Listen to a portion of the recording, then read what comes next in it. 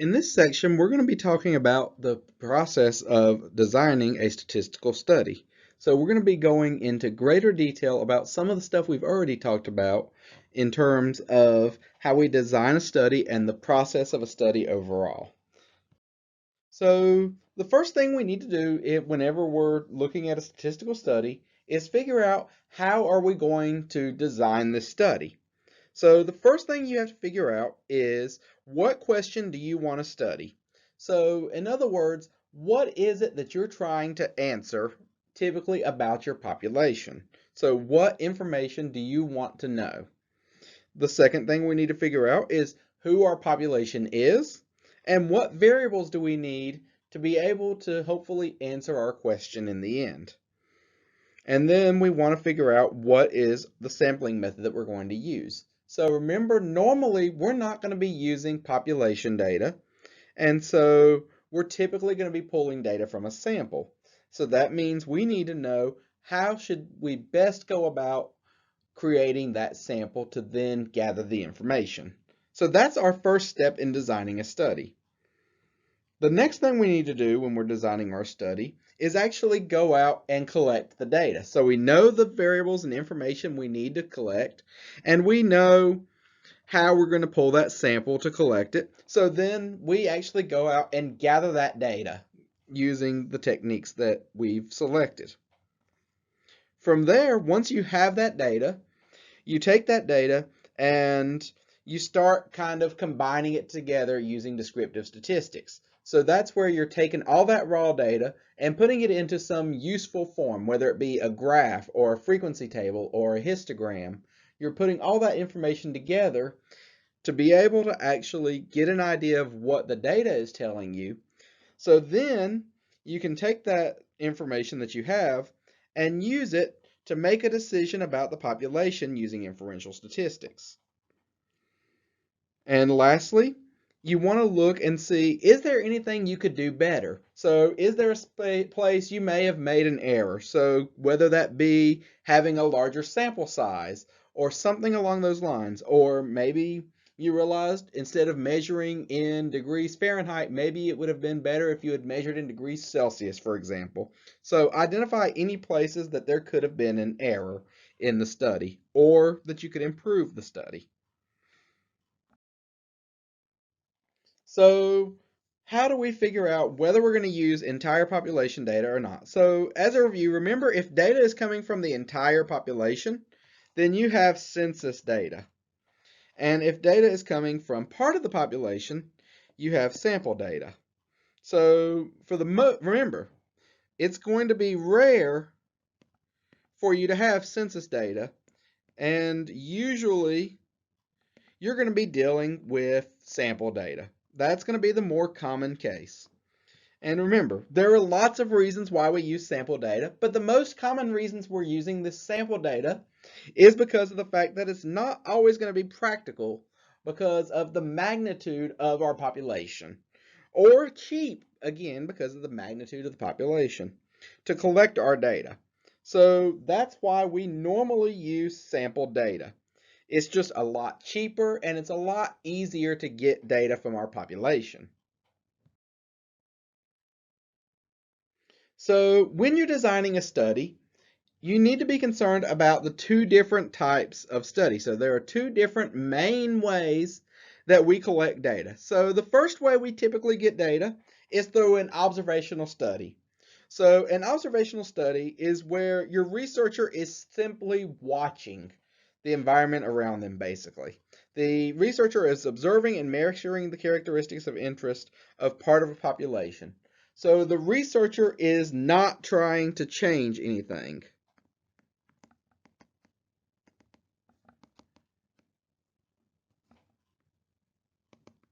You're just simply watching.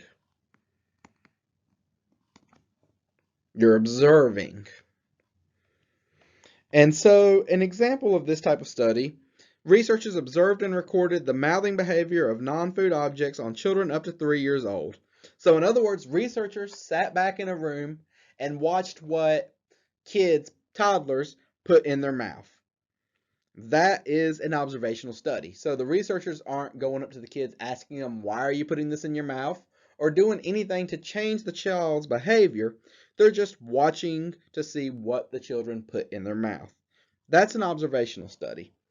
The second type of a study that we'll typically use is an experiment.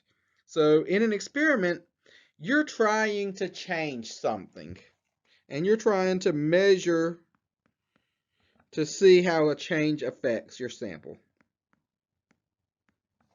or your population.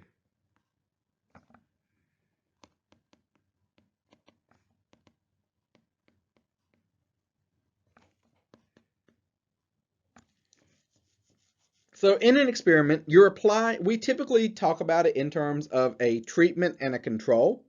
So you apply a treatment to part of the population and record the responses to that treatment. So this could be something like testing a drug on something, or most recently, testing a vaccine. So lately in the news, testing these COVID-19 vaccines to see how effective they are. So those are all done with experiments. So an experiment was performed in which diabetics took cinnamon extract daily while a control group took none. After 40 days, the diabetics who had the cinnamon reduced their risk of heart disease while the control group experienced no change. So in an experiment, you're typically going to have that treatment group and that control group. And so whenever we're talking about that, the treatment group gets the whatever it is you're trying to see if it's changing, and the control group, everything else is the same except they don't get the treatment. So the control group does not get the treatment or whatever it is.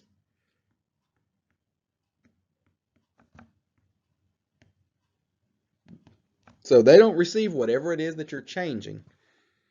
And the treatment group receives the change, whatever this change may be.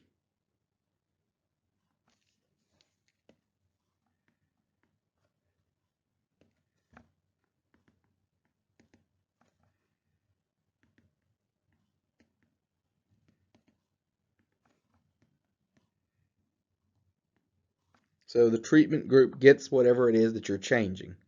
So if we're talking about the COVID-19 vaccine tests, for example, your control group and treatment group ideally are as similar as they can be. You hold everything else the same. The difference is the control group does not get the potential vaccine. The treatment group does receive that trial vaccine. And then you look and see how effective that vaccine is by looking at that treatment group and comparing them with the control group. So if we're looking at a study, so let's look at the study and figure out whether we would use an observational study or an experiment to determine this. So a study on the effect of eating oatmeal on lowering blood pressure. Would we be likely to use an experiment or an observational study? So in this case, we actually want to see what's happening if you eat that oatmeal.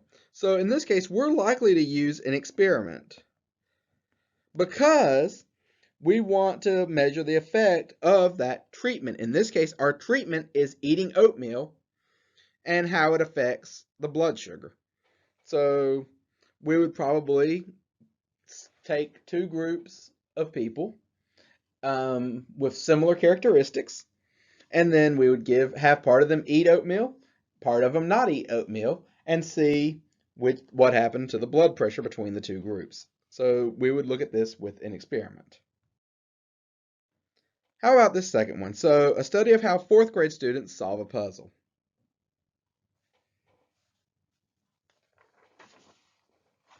So this is just going to be an observational study. So we're just watching those fourth grade students. We're just watching them try to do the puzzle, and that's it.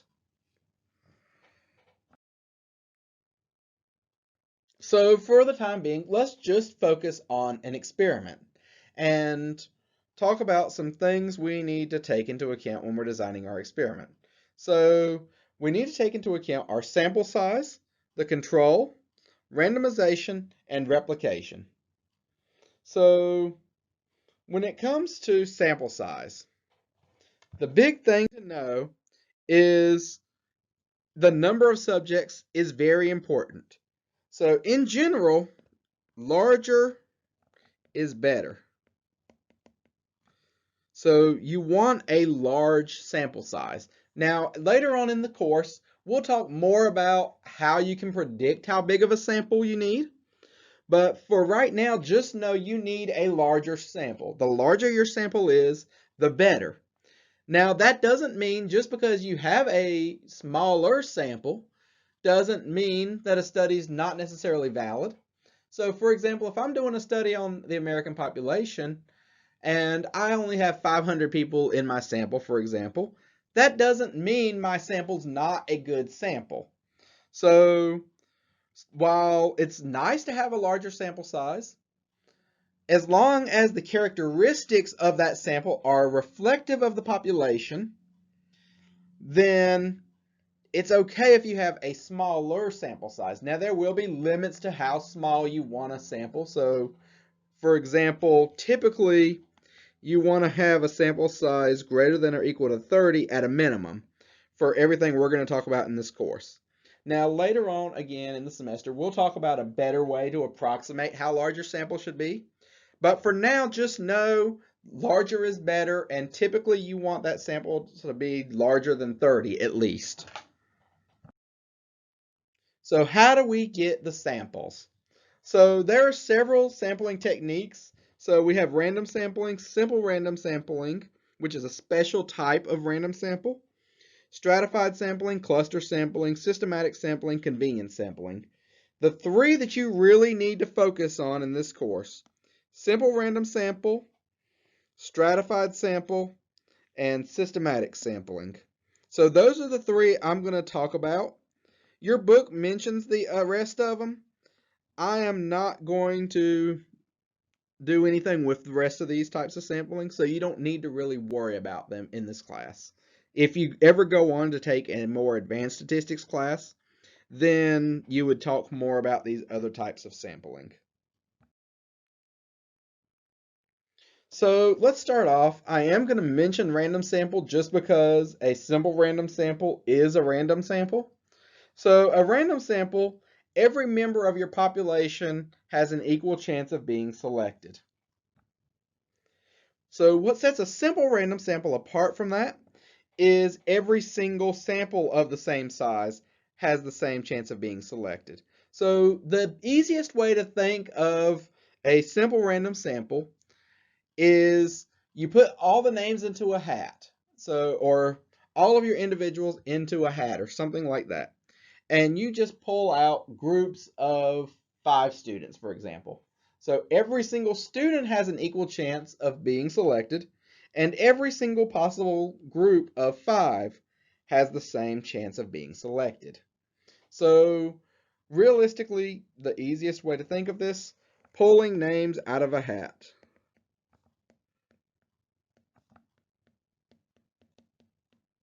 That's the easiest way to think of a simple random sample. Everything is equally likely of occurring.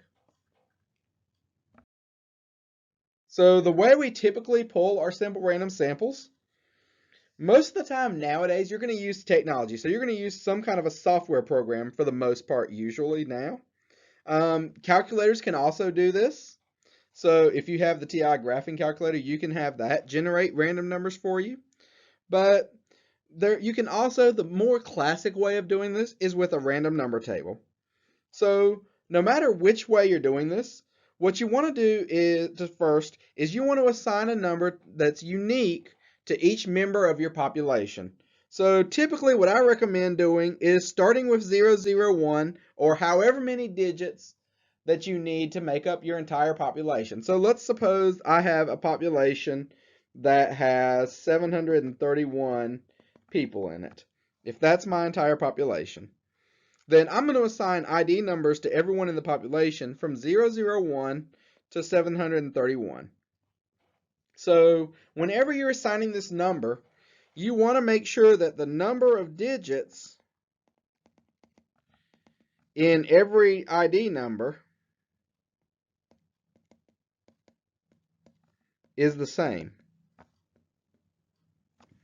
So that's why I'm writing this, even the single digits, 001, I'm writing that as 3 digits. I want to make sure every single ID number is the same length.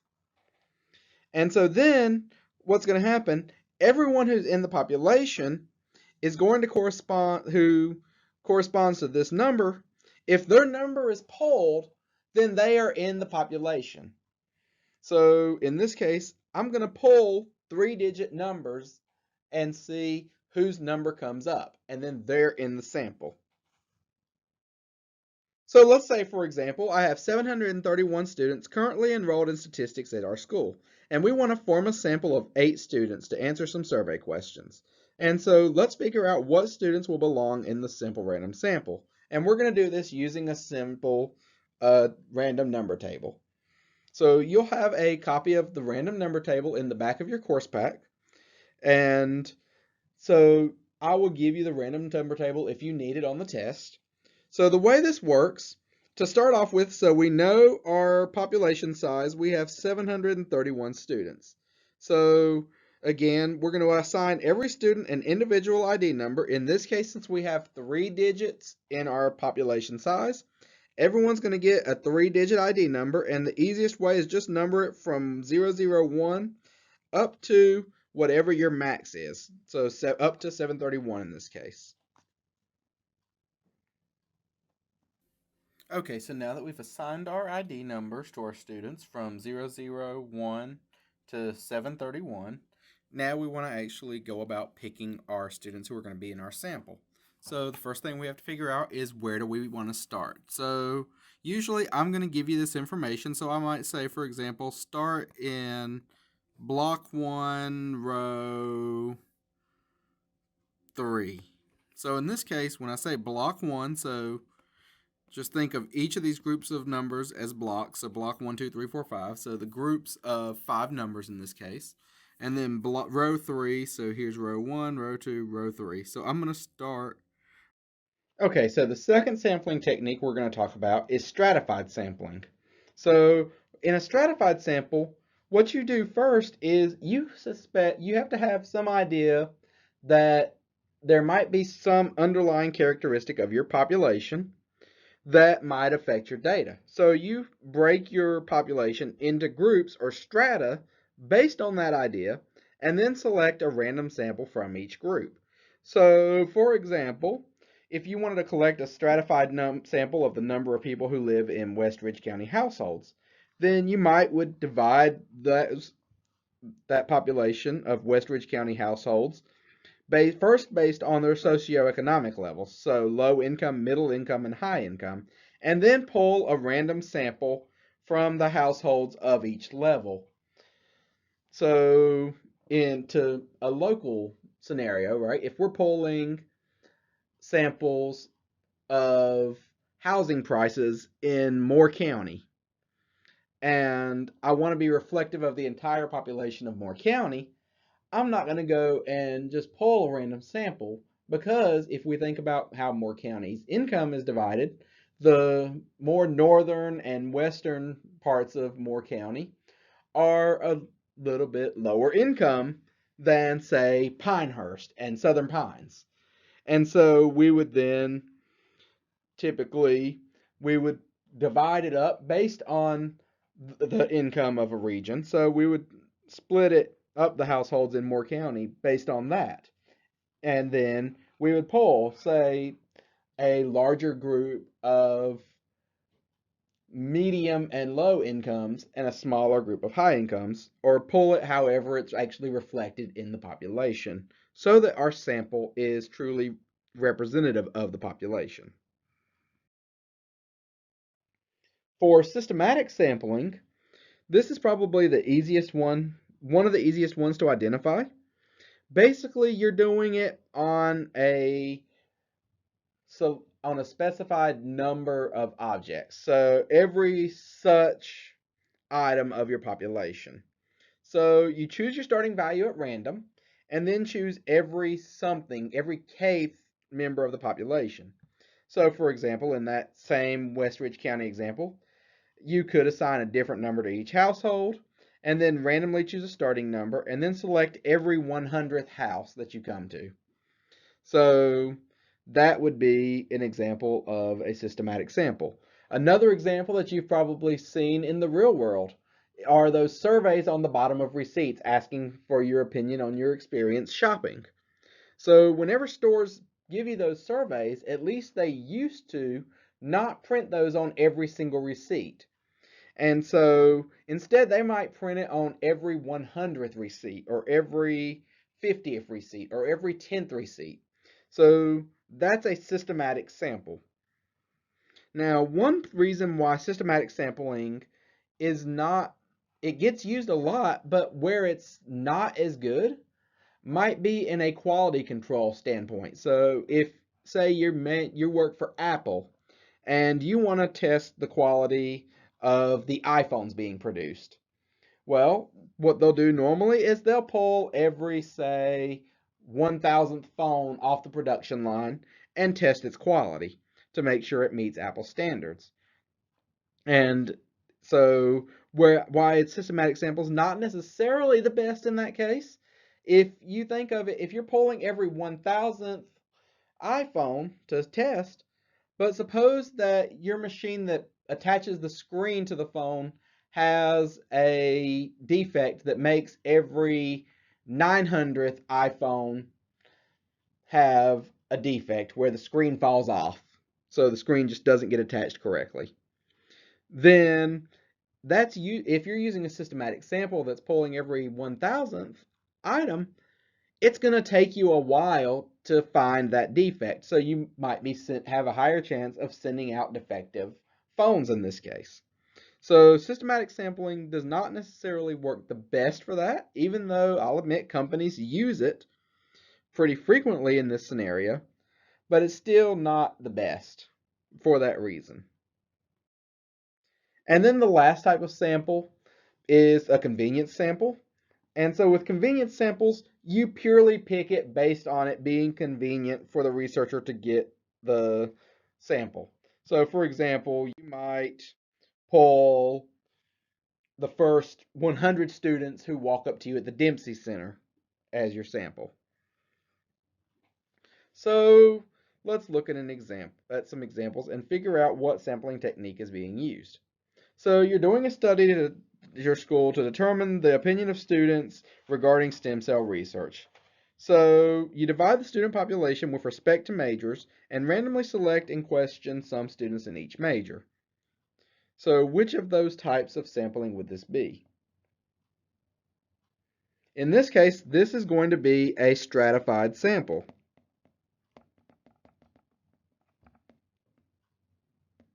So in this case, we're dividing our students up with respect to majors. So majors are our strata.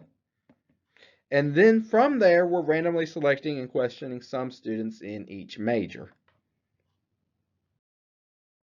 Okay, how about this one? So you assign each student a number and generate random numbers. You then question each student whose number is randomly selected. So what type of sampling method is this? This is a simple random sample.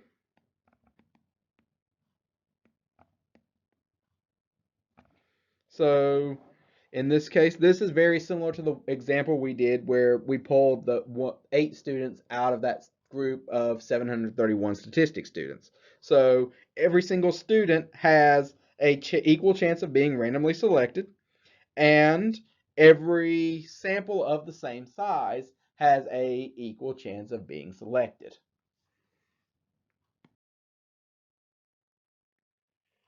So going back to designing our experiment. So we now know how we can pull that sample. So talking about control groups and treatment groups and placebos.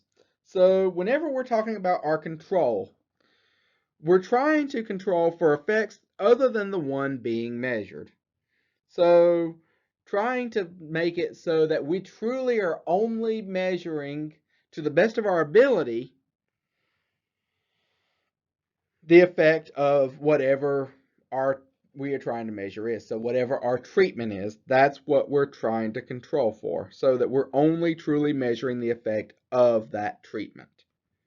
Now, sometimes we're going to have confounding variables present. And so what a confounding variable is where an experimenter cannot tell the difference between the effects of different factors on a variable. So in other words, something that the researcher may not have anticipated is also affecting the variable that you're trying to measure and making it where you can't distinguish between what your treatment is of doing or something else.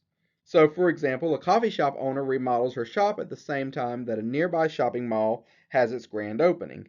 So, if business at the coffee shop increases, you don't know whether or not that's because of the remodeling or because the new mall is bringing more traffic to the area. And so that's confounding variables. So, ideally, what would happen is when you're designing this study, you would set it up so that nothing else is going on at the same time. So that then you can definitively say that remodel is what is increasing the traffic, for example. Now, it's not always going to be possible to account for every single confounding variable and control it. In this case, the coffee shop owner probably can't control the new mall opening around the same time that they did the remodel. But ideally, you would try to account for everything. So the placebo effect, typically this is going to be where your subject's reacting favorably to a placebo when they've been given no medical treatment at all. So typically for placebo effect, we talk about this more from a medical standpoint, where a patient, for example, if they're testing a new COVID-19 vaccine, then your control group might be given a shot of saline solution, so plain salt water essentially, whereas your treatment group receives the new COVID-19 vaccine. So that placebo that you're giving the control group in this case is that saline shot. So why we want to introduce that placebo, why we would do that saline shot, for example, is to do a blind study. So a blind study, you don't want your participants to know whether or not which group they're in. So you give them this placebo, you give them this saline solution in this case, so that whoever's in the study, the participants, don't know which group they're in. So they know they're getting an injection. They don't know whether that injection is actually the new COVID-19 vaccine or if it's the saline solution, for example. And a double-blind experiment takes that one step further. So it takes out the unintentional human bias that we have, where if we know which group, whoever the researcher is knows which group the participant is in, then they might be able to give it away somehow using an unintentional bias to make the participant aware. So a double-blind study eliminates that possibility by making it where neither the subject nor the experimenter know if the subject is receiving the treatment of the placebo. So in other words, whenever they do the study, whoever's setting the study up, they might just assign each patient an ID number and then just label the vials with the patient ID numbers. They don't put what's actually in the vials. So whoever's actually giving those shots to the patients, for example, they don't know what's in the vial. So they can't give it away to the patient, for example. So that takes that placebo effect, where the possibility that you might react favorably when you've been given no treatment, it takes it out of play, basically, and makes it where you can truly measure what's going on, whether that treatment is working or not. The last thing we need to be concerned about is replication. So when I say replication, you want your study to be able to be repeated using a large group of subjects. So remember, this goes back to the larger the sample size is, the better. So every good study should be able to be repeated, and then ideally with a larger and larger and larger sample size. So to test a vaccine against a strain of flu, 10,000 people are given the vaccine, another 10,000 people given a placebo. In this case, we're going to figure out how effective that vaccine would be. And to make it better, repeat it with another 20,000 people or another 200,000 people to definitely make sure that you're going to get good data. So the larger the data is, the better, but it should be able to be repeated.